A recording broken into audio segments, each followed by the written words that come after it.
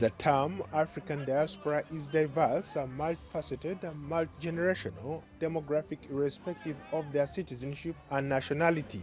The diaspora can be a powerful force for the development of Africa, especially through remittances, but perhaps more importantly through the promotion of trade, investments, research, innovation, knowledge and technology transfers. Remittances to sub-Saharan Africa grew almost 10% to 46 billion in 2018, according to the World Bank's latest migration and development brief.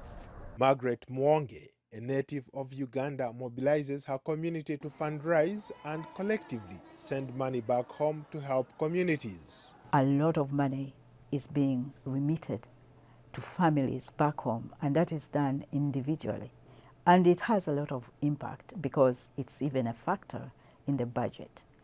But if all these resources are leveraged collectively, the impact is much greater because you are not targeting an individual family, a brother or sister.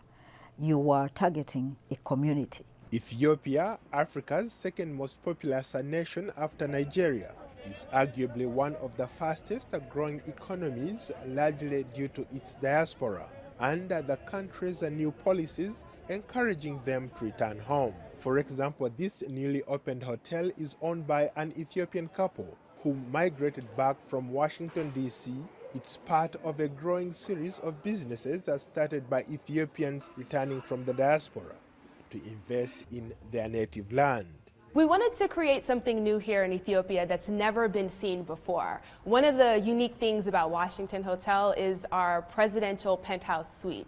It's really unique because the construction was done in a very dynamic way that separates us from any other hotel here in Ethiopia. Business officials said the Ethiopian capital, Addis Ababa, home to the African Union headquarters, has tripled its number of hotels in the last 3 years. Roads and buildings are now a regular part of the city's landscape. The construction industry is being driven by the country's growing economy and Ethiopians returning from abroad. The technology flow coming up from abroad through the diaspora will be in the human aspect, soft skill, and also management aspect, and also in the hardware aspect.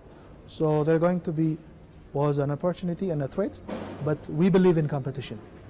Another area where the diaspora is shaping the narrative is the documentation of the African story.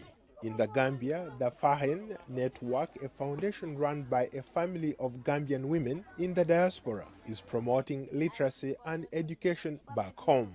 Anna Faye, her two sisters, and their mother Lucy Faye started the Fahen Network in 2007 as a hobby, but it has grown into a powerful tool to influence young children and help them discover their heritage. Africans need to take over the narrative of telling the African story. We want to use the African experience, the African voice, the African perspective to teach others, but also ourselves, so we can be proud to say, here is the children's series written by Africans for African children, and of course the rest of the world can also learn from it. As diaspora groups continue advocating for democracy and human rights across the continent, Africa's most powerful resource is proving to be the caring attitude of its people. Paul Ndiho, VOA News.